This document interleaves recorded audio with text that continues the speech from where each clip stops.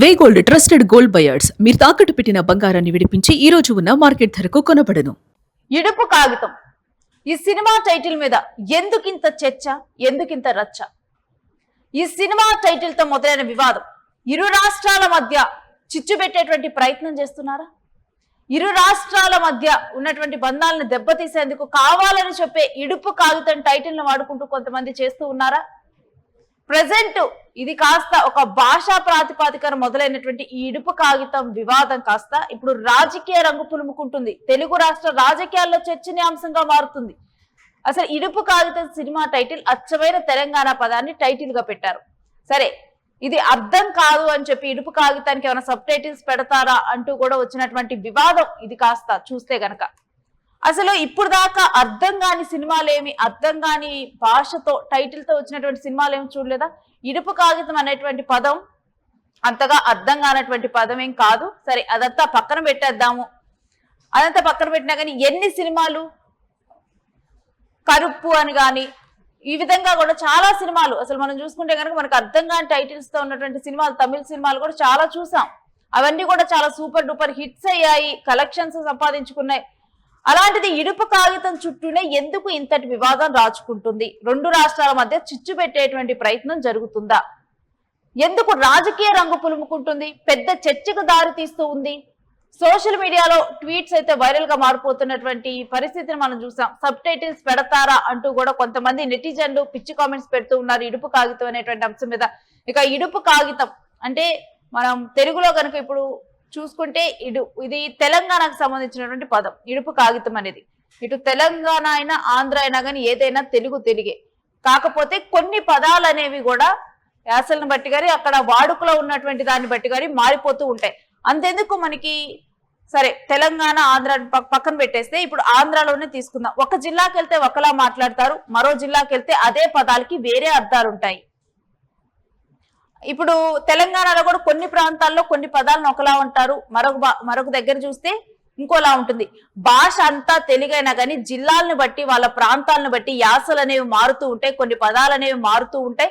ఇంకా మన రాష్ట్రాలు మారితే ఇక్కడ మనం మంచిగా ఉన్నటువంటి పదం పక్క రాష్ట్రంలో బూతుగా మారిపోతున్నటువంటి సిచ్యువేషన్ మనకి తెలుసు. అలాంటిది ఇంత ప్రాక్టికల్ గా ఇవన్నీ తెలిసినప్పుడు కూడా ఇడుపు కాగితం చుట్టూ వివాదం కావాలనే రాజేస్తూ ఉన్నారా కొందరు? ఇప్పుడు ఇదే చర్చ జరుగుతూ ఉంది. ఇక ఇది కాస్త చిన్నగా సోషల్ మీడియాలో మొదలైనటువంటి రచ్చ ఇప్పుడు రాజకీయాలు రంగు పులుముకుంటుంది. దీని మీద కవిత ట్వీట్ చేయడం, కవిత ఇటు పవన్ కళ్యాణ్ ని ఉద్దేశిస్తూ కూడా ఇడుపు కాగితం అంటే ఏంటో పవన్ కళ్యాణ్ కి తెలుసంటూ కవిత వ్యాఖ్యానించడం, ఆ తర్వాత దీని మీద కవితను ట్రోల్ చేస్తూ కూడా కొంతమంది కవితను ట్రోల్ చేస్తూ కూడా ఇక తను జైలుకి వెళ్ళినటువంటి పరిస్థితుల్ని ట్రోల్ చేస్తూ కొంతమంది పోస్టులు పెడుతూ ఉన్నారు. ఇక ఈ విధంగా కూడా సోషల్ మీడియా నుంచి రాజకీయ నాయకుల వరకు ఈ వివాదం పాకింది. ఇక తెలంగాణ వాదులతో పాటు రాజకీయ నేతలు కూడా దీని మీద కామెంట్స్ చేస్తూ ఉన్నారు. తెలంగాణ భాషను మళ్ళీ అవమానిస్తున్నారంటూ కామెంట్స్ పెడుతున్నారు. ఇక తాజాగా ఏపీ డిప్యూటీ సీఎం పవన్ ను ఇడుపు కాగితంలోకి లాగారు ఇప్పుడు టీఆర్ఎస్ చీఫ్ కవిత. పవన్ కు ఈ అర్థం బాగా తెలుసంటూ కవిత సెటైర్లు వేశారు. ఇడుపు కాగితంపై ఇప్పటికీ ఇటు బీఆర్ఎస్ అదేవిధంగా కాంగ్రెస్ బీజేపీ అయితే స్పందించలేదు ఇడుపు కాగితం మీద. ఇక టీఆర్ఎస్ చీఫ్ కవిత స్పందించడం జరిగింది. అసలు ముందుగా ఈ ఇడుపు కాగితం అంశం మీద తెలంగాణ వాది దేశపతి శ్రీనివాస్ ఏమంటున్నారనేది ఒకసారి విందాం. ఇడుపు కాగితం అన్న దానికి డబ్బింగ్ చెప్పాలా మరి ఆంధ్రాలో అని చెప్పి వాళ్ళు కామెంట్ చేస్తున్నారు. అవమానించడానికి తగిన వాతావరణ కల్పన జరుగుతుంది. నిజానికి ఎన్ని సినిమాలు చూసినా మీ చరిత్రలు, మీ జీవితాలు, మీ పాటలు, మీ ప్రేమలు, మీ భాషలు, మీ పంటలు, మీ పొలాలు ఇవే చూసి కాలబెట్టినాం కదా 60 ఏళ్ళు. ఇప్పుడిప్పుడే మా వాళ్ళు కాస్త మా జీవితాల మీద కెమెరా సోకుతున్నది. ఇప్పుడిప్పుడే మా మాట కొంచెం వినిపిస్తున్నది, తెలంగాణ మాట భరించలేకపోతున్నారు. హీరోలు ఎవ్వరు కూడా ఒక వ్యవహార తెలుగు మాట్లాడరు. వాళ్ళు పక్కా యాసలు మాట్లాడతారు. పక్కా యాసలు, ప్రొనౌన్సియేషన్ సరిగ్గా ఉండదు, ఆ యాసలోనే మాట్లాడతారు. ఒక 2-3 హీరోలు అయితే మరి విని వస్తున్నాం కదా, సక్సెస్ కూడా చేస్తున్నాం కదా, ఆ సినిమాలు బోల్డన్ని లాభాలు కూడా సంపాదించుకుంటున్నారు కదా. ఇప్పుడే మావాడు ఒకడు వచ్చి మా పలుకుబడిని ఇడుపు కాగితం అని పేరు పెడితే ఇంత ఓరోలేంతనవా? ప్రతి భాష అందమైనది, ప్రతి యాస కూడా వినటానికి ఎంతో అద్భుతంగా అనిపించాయి. మనం ఇప్పుడు సినిమాలు చూస్తున్నాం, కొన్ని రాయలసీమ యాసలో, కొన్ని గోదావరి జిల్లాల యాసలో ప్రత్యేకంగా యాసనే ఆ సినిమాకు ఒక అలంకారంగా తీసుకొని సినిమాలు హిట్ అవుతున్నటువంటి పరిస్థితులు. అలాంటప్పుడు ఇప్పుడు ఇక్కడ ఇడుపు కాగితం అనేది కానీ లేకపోతే ఇంకొకటి అనేది కానీ ఒక యాస ఉండటం కానీ ఏది కూడా పెద్ద చర్చనీయాంశం అయ్యేటువంటి అంశం కాదు. అలాంటిది ఇడుపు కాగితం చుట్టూనే ఎందుకు ఈ అంశం అనేది తిరుగుతుంది? ఇప్పటి వరకు ఇలాంటి సినిమాలు రాలేదా? ఇప్పటి వరకు అర్థం కాని టైటిల్స్తో సినిమాలు చూడలేదా? ఇది కావాలని చేస్తున్నటువంటి రచ్చ. ఇక ఇప్పుడు కాస్త సరే సోషల్ మీడియాలో మొదలైంది, సార్ తెలుగు భాషలో డబ్ చేస్తారా లేదంటే తెలంగాణ భాషలోనే చూడాలా, సబ్ టైటిల్స్ వేస్తే కొంచెం హ్యాపీగా ఫీల్ అవుతామంటూ ఒకళ్ళు అయ్యప్ప చౌదరి అనేటువంటి వ్యక్తి దీన్ని ట్వీట్ చేయటము, ఆ తర్వాత ఇది కాస్త చర్చగా మారినటువంటి పరిస్థితి. అంటే దీని మీద మరి అధికంగా స్పందిస్తూ ఉన్నారా లేకపోతే ఏం జరుగుతుంది? ఇడుపు కాగితం చుట్టూనే ఎందుకు ఈ వివాదం రాచుకుంటున్నది ప్రశ్న. ఇక దీన్ని కాస్త కవిత ఎందుకు హైలైట్ చేస్తూ ఉన్నారు? ఇప్పుడు కవిత కూడా దీని మీద స్పందించడం జరిగింది, టీఆర్ఎస్ చీఫ్ కవిత. ఇక తాను స్పందిస్తూ మధ్యలో పవన్ కళ్యాణ్ ఎందుకులాగా ఈ చర్చ జరుగుతున్నా కానీ ఈ మధ్యలో ఇలాంటి రచ్చలు జరగటం కామనే అని చెప్పి దీన్ని ఎవరు కూడా పెద్దగా పట్టించుకోవట్లేదు. పెద్ద వాళ్ళు ఎవరు కూడా పట్టించుకునే సందర్భంలో కవిత ఈ విషయంలో కలగజేసుకొని మధ్యలోకి పవన్ కళ్యాణ్ లాగినటువంటి పరిస్థితి. ఒకసారి కవిత మాట్లాడినటువంటి మాటలు విందాం.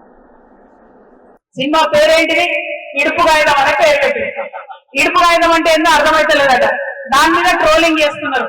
నేను ఒకటే మాట అడుగుతా ఉన్నా, ఇడుపు కాగితం అంటే అర్థమైతలేదని కొంతమంది ఏదైతే మాట్లాడుతున్నారో, పోయి సినిమా యాక్టర్ పవన్ కళ్యాణ్ ఉన్నాడు, ఆయన నలుగురి అర్థమైందో చెప్తాడు.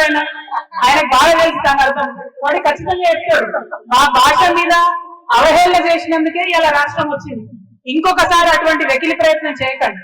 ఒకరి భాషను ఒకరం గౌరవించుకుందాం, ఒకరి సంస్కృతిని ఒకరు గౌరవించుకుందాం, అందరం కలిసి ఉందాం. కానీ ఇటువంటి ప్రయత్నాలు చేసి మళ్ళీ ఒకసారి తెలంగాణని అవమానపరుస్తాం, మా భాషని కించపరుస్తాం అంటే మాత్రం చూస్తూ ఊరుకునేది ఉండదు.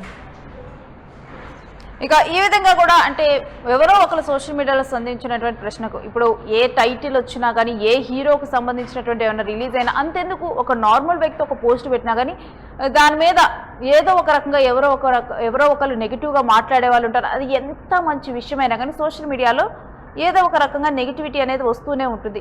అలాంటి ఒక చిన్న అంశం ఇప్పుడు కాస్త ఈ విధంగా అవమానించారు అనేంత వరకు ఇది దారి తీసినటువంటి పరిస్థితి. ఇక ఇదే అంశం మీద ఇప్పుడు ఇది ఒక జాతీయ సమస్యలాగా కూడా నరేష్ మాట్లాడినటువంటి పరిస్థితి. యాక్టర్గా కూడా చాలా సినిమాల్లో నటించినటువంటి నరేష్ దీని మీద స్పందించారు, ఆయన మాటలు విన్నాం. చూస్తున్నాను ఈ ఇడుపుల కాగితం అనే సినిమా కాంట్రవర్సీ దాన్ని ఒక నేషనల్ ఇష్యూగా చేస్తారండి. సరే సినిమా వాడిగా ఒక సినిమాకి అటెన్షన్ వస్తున్నప్పుడు సంతోషపడతాను, కానీ మన తెలుగు భాషలో ఒక మాండలికాన్ని ఎవడో ఒకడు నెటిజన్ కోట్ల మందిలో ఒకళ్ళు ఇద్దరు ఏదో కమెంట్స్ చేశారని దీన్ని ఎంత ఇష్యూ చేసి ఒక గొప్ప మాండలికాన్ని అవమానం చేయడం అనేది తెలుగువాడుగా మనమందరం సిగ్గుతో తల ఉంచుకోవాలండి.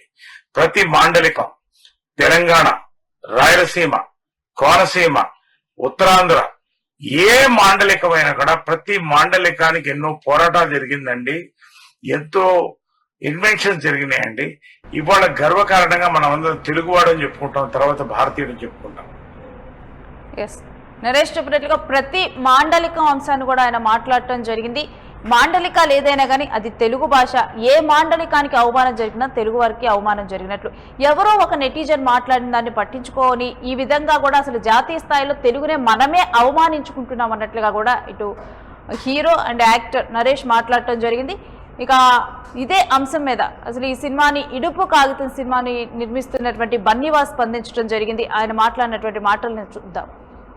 కథ బాగుంటే దానికి బౌండరీస్ ఇప్పుడు ఉండవు. ఇది ఎంత మంచి కథ అంటే ఈ కథ తెలుగు లాంగ్వేజ్ లో సబ్ టైటిల్స్ వేసి ఇచ్చినా కూడా బీహార్ లో కూడా ఆడుతుంది ఈ కథ. చాలాసార్లు ప్రూవ్ అయింది కూడా. ఇది కథ బాగుంటే దానికి బౌండరీస్ ఇప్పుడు ఉండవు. ఇది ఎంత మంచి కథ అంటే ఈ కథ తెలుగు లాంగ్వేజ్ లో సబ్ టైటిల్స్ వేసి ఇచ్చినా కూడా బీహార్ లో కూడా ఆడుతుంది ఈ కథ. ఒక మాటలు ఏదైనా కానీ దాని భావం అనేది చాలా ముఖ్యం అంటారు. ఇప్పుడు ఇడుపు కాగితం అయినా, డైవర్స్ అన్నా కానీ, విడాకులు అన్నా కానీ అన్నీ కూడా భావం అయితే ఒకటే. కథ చెప్పేది మాత్రం దాంట్లో ఉన్నటువంటి సారాంశం, కథలో ఉన్నటువంటి సారాంశం ఒకటే. ఎప్పుడు టైటిల్ ఏది పెట్టినా కానీ లోపల పిక్చర్ ఏది ఆడుతుంది అనే దాని మీద ఎప్పుడు కూడా ఆడియన్స్ డిపెండ్ అయ్యి ఆ సినిమా హిట్టా ఫట్టా ఏంటనేది కూడా డిసైడ్ చేస్తూ ఉంటారు. ఇప్పటి వరకు కూడా చాలా సినిమాలు వచ్చాయి. అసలు టైటిల్ కి సినిమా స్టోరీకి సంబంధం లేనటువంటి సినిమాలు వచ్చాయి, అవి హిట్ అయ్యాయి. ఇంకా చూస్తే అసలు అర్థం కాని టైటిల్స్ తో వచ్చినటువంటి సినిమాలు, దానికంటే లోపల ఏదో అర్థం ఉంటుంది. కొన్ని సినిమాలకైతే అర్థం కాని టైటిల్స్ కావాలని పెట్టినటువంటి సందర్భాలు ఉంటాయి. మరికొన్ని సందర్భాల్లో దాని అర్థం అందరికీ తెలిసి ఉండకపోవచ్చు. అయినప్పటికీ కూడా సినిమా బాగుండటం వల్ల హిట్ అయినటువంటి సినిమాలు ఉన్నాయి.